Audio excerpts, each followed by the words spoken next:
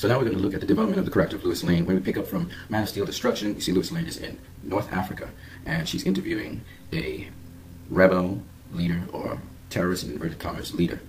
And the first thing we notice about Lois Lane is that she is not defined in this interview by her gender. She's not defined as a woman. She's defined herself by what she does. So that's the first thing we are introduced with this character to. Of course, you see her relationship with Superman, Clark Kal-El, in that when she's captured by the terrorist, you see her have an understanding between Clark, and she moves her hands down so that Clark can attack the gentleman before he can shoot Lois, and he bursts with a really serious burst of speed, gets to him, and blasts him through 2 walls. Just a side note, when he blasts the gentleman through 2 walls, people said that guy is dead. Based on physics, not really.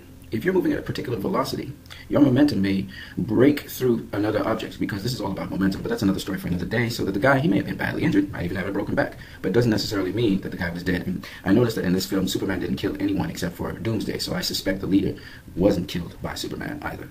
I think that's a circulation by Lex Luthor, and in fact, I think Clark Kent actually says something to that effect, which leads us to Superman's relationship with Lois Lane. And we're able to see Lois Lane when she collects her mail after she has returned to the United States of America, and she's going up to read it. She finds that there's a bullet found in her diary. Now, what's interesting about this is that Lois Lane goes on a sort of investigative quest, but this time there's a separation between just her investigative journalism and her relationship with Clark Kent. And this is now developed as the story goes along, because what people don't understand is there's emotional elements to link Lois Lane to Clark Kent, aka Superman, and that's what's actually being developed. And this is how the character is being developed. We find out, first of all, that Lois Lane, she's now living with Clark Kent. Her emotional ties to him lead to her concern that she can prevent him from fully exploiting his potential as Superman.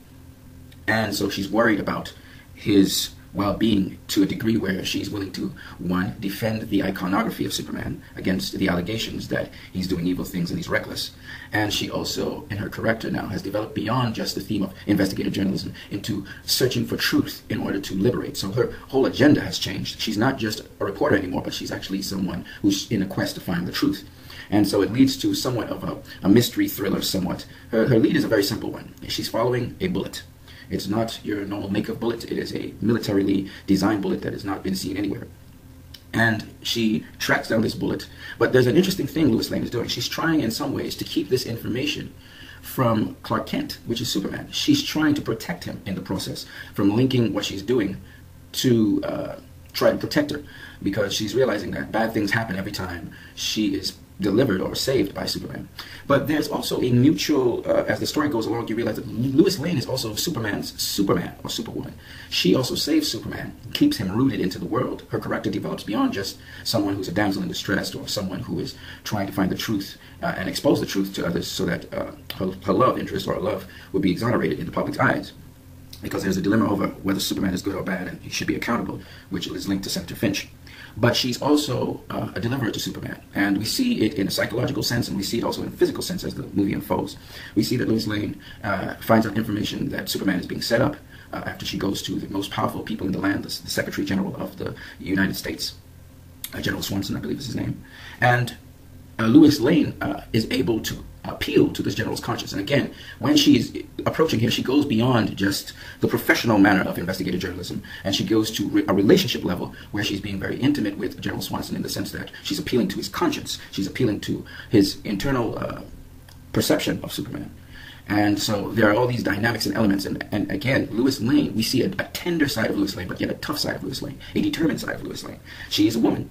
But now we see a woman who is not just fearless and not just one who is willing to get a story, as is the typical line that people know Lois Lane to be. But now we see a woman in love. We see a woman who is willing to sacrifice and go to the nth degree to be able to bring about the truth and expose the truth about the person she loves.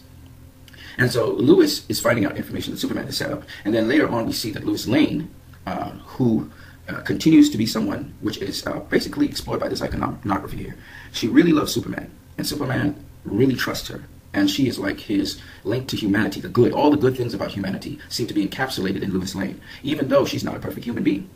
And this tough-talking woman, you see the tender side, which is kind of brings out the woman side of this tough woman who goes to all kinds of lengths to get a story. And then we see the aspect, the messianic aspect of Lois Lane, in that in her intimate moment speaking with Superman, she puts aside her investigation and what she's found out. She doesn't tell him that information. She deals with his emotional core, where she's speaking to Superman after the explosion on the balcony, and you see another aspect, another dimension of her, the intimacy that she has grown to have with Superman, where she's expressing why he is important to the world, why he brings hope and inspiration to people, and why he needs to continue being Superman, because Clark Kent is now discouraged that no matter how much good he tries to do, and his intentions are pure, it seems as though it's enveloped in more evil to other people. It seems as though he's a danger. He seems to be this attracting magnet towards disaster. And she did hint to someone else, other people involved in bringing this to pass to Clark. But of course, Clark can't help her. He can't hear her because emotionally he is right now in a very low state. And he flies off as Superman and he leaves. But then again, we see the messianic theme and the hope theme, where Clark sits down, deliberates, recaps his father, and you see the imagery of his father chopping wood, talking to him. And he's able to delve deep inside himself to what his father had been talking to him about in the past, and realize that it is the relationships of those who care about you, who really believe in you, who really support you, that can keep you grounded to get you through the very tough times in life when you've done the best you can and only evil seems to come of it. And so Lois Lane becomes his savior in a metaphorical sense. She becomes his superwoman, and he's able to recover, regain his purpose, and go forth, and he saves Lois Lane as almost a reciprocation to her saving him. In fact, if you look at Man of Steel, Lois Lane is the first person to actually deliver Superman and ground him to mankind, other than his mother, who trusts him as well. And this pure aspect of mankind, where an impure human being, someone who is pushing for a story, doesn't really care, could suddenly trust you and see that your purpose is what your purpose is bigger than a lot of people do not realize. And the idea of Superman, which is hope, is reignited. And Lois Lane in this movie now puts it in a sense, a cover of journalism. And so the character develops even further in that Lois Lane now, she again, she's there to deliver Superman. She's the source of problems, and yet she is also, and this is how relationships are. You know, if you had a family member or someone you love, there's a cost to loving someone. So in this case, Superman, he comes back, he saves Lois Lane, and then Lois Lane goes on to save him. She realizes the urgency, and she explains, everything is revealed when she speaks to Perry White, her boss, saying this is not just a story. And Perry White gets you can see the urgency in her eyes. The character actually portrays almost a desperation of how urgent the situation is, and Perry White gives her whatever she wants, because she has a relationship with Perry White, which is a daughter-father relationship. Perry White really admires Lois Lane, her sharpness, the way how she can dig out a story. She is a star reporter, and he does bend to her. Perry White sometimes ignores certain things just so that he can accommodate Lois Lane. And Lois Lane rushes to save Superman, and she saves Superman when Batman is about to kill him by clarifying that Superman's mother is who he's talking about, and she also clarifies that Lex Luthor is the one holding Superman's mother hostage. And that is also, she plays a very pivotal role in not only saving Superman, giving Batman clarity, but also saving Batman, because Batman is able to deliberate a process and be able to process what actually is going on and catch himself. And then, very interestingly enough, you can look at the parallels of Lois Lane as a woman, and you can look at the parallels of Alfred and see how both Lois Lane and Alfred, the relationships they have with the main protagonists, help to actually shape the protagonists into what they are. Alfred is more passive in how he approaches it. Lois Lane is more aggressive and more involved. But you can see that even though Alfred is very far away, Alfred is also listening in to the discussion between Batman and Superman. And Lois Lane, she knows what's going on. She knows the background story very well, and she's rushing in as well to save Superman. And she doesn't only do it there. She does it a number of times in this film. She also does it when Superman, she throws the kryptonite spear away, and this is something a woman would do. She throws it away after Batman is gone and Superman is gone. She throws it away to make sure that no one can recover this kryptonite spear. And the reason, again, is protection. So Lois Lane protects Superman, or Clark Kent, and she tries throughout this film to protect him and to also restore his image. And this is typical of a relationship between a man and a woman. The woman generally tries to protect the man in a relationship. She thinks beyond what the man may not think about. And you know Nancy Reagan, for instance, she was very guarded about Ronald Reagan's persona to the world. And this is why Ronald Reagan is so loved, because Nancy Reagan, for those of you who don't know who Nancy Reagan is, she was one of the former first ladies of the United States of America. And Ronald Reagan, he was one of the most loved presidents in the United States of America, who brought an end to the Cold War against the Russian leader, Gorbachev. Okay, so anyway, Superman is protected by Lois Lane, and she does it again in the closing stages of the movie, where she is able to deliver him after he has delivered her. And there, Zack Snyder was playing with the relationship here to show you guys, to reveal to you what's really going on with these two. They actually complement each other in protecting and saving each other. She pulls him out of the pool after he picks up the kryptonite spear, and the kryptonite weakens him. And she again throws the kryptonite spear far away from him. And when Superman decides to make the ultimate sacrifice, and he's about to charge into Doomsday with the Kryptonite Spear, he looks at her and he says, "You are my world." And basically, Lois Lane is his world. And Lois Lane is telling him, don't go, because she senses, again, very protective, she senses that he's about to kill himself. She knows that Superman is about to commit suicide almost, just to save the world. And she realizes this is his purpose for being here. And you see the ultimate glyph of hope, where a person's about to sacrifice their life to instill hope in humanity, to stop this great threat.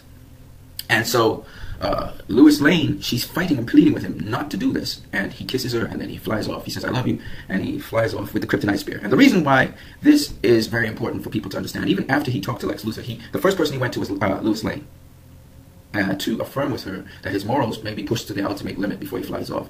And the thing that's very interesting here, again, about this character, Lois Lane, in this movie, which has more dimension than any Lois Lane ever that has been portrayed on the big screen or even in animation, is that this Lois Lane can communicate with Superman in such a way that she actually protects him and saves him. This is not a Lois Lane who Superman is saving repeatedly only. She's also reciprocating and saving him. And on this occasion, she actually saved him to be able to manifest who and represent what hope really is. And in this final act that Superman does, where he's weakened by the kryptonite, he's not strong enough to fight Doomsday, but yet he goes into battle with the last ebb and the last ounce of his strength to slaughter the hopelessness, because Doomsday represents hopelessness, was actually inspired by Lois Lane. And so that's how powerful that character is. And after Superman's death, you see the strength of Lois Lane in that even when she realizes that Clark was going to marry her, she accepts it with a smile. And it's not a resignation, but it's an understanding of the bond she had with him and how this was able to transform the world and bring it together. And she understands the specialness of it, and she's at peace with it. And you see her drop the dust over the casket. She grabs some dust from nearby, some dirt, and she puts it over the casket. And then she turns and walks away. It's so very metaphorical and poetic how she's so grateful for having experienced a life with this man. And, well, he's not a man, he's an alien. And she had a very special relationship with someone who was very special. So this character really went through the arc of emotions. She was at certain times very bold and strong. At other times she was very empathetic. At other times she was very inspirational. At other times she was heroic. Remember, Lois Lane is a woman and she's also a human. And she was in the midst of gods fighting one another. She's kind of like the female version of a fearless Batman. She goes into there. She's not afraid to sacrifice herself to go to the nth degree. So this character really was well developed in this film. Well-developed character, and a lot of people identify with Lois Lane, remembering she's just a woman and she's just a human. So the extraordinary things that Lois Lane experiences and sees is something that neither you nor I could even survive it. We probably would be dead. But her instinct to preserve herself, at the same time, her fearlessness is what keeps her in the midst of the action. She's always in the middle of the action. And you know, some people, they're always in the middle of the action, and that's Lois Lane. So, yeah, this character was developed very brilliantly, and this is a brilliant film, as I said before. That's the character of Lois Lane, and that's the development of it.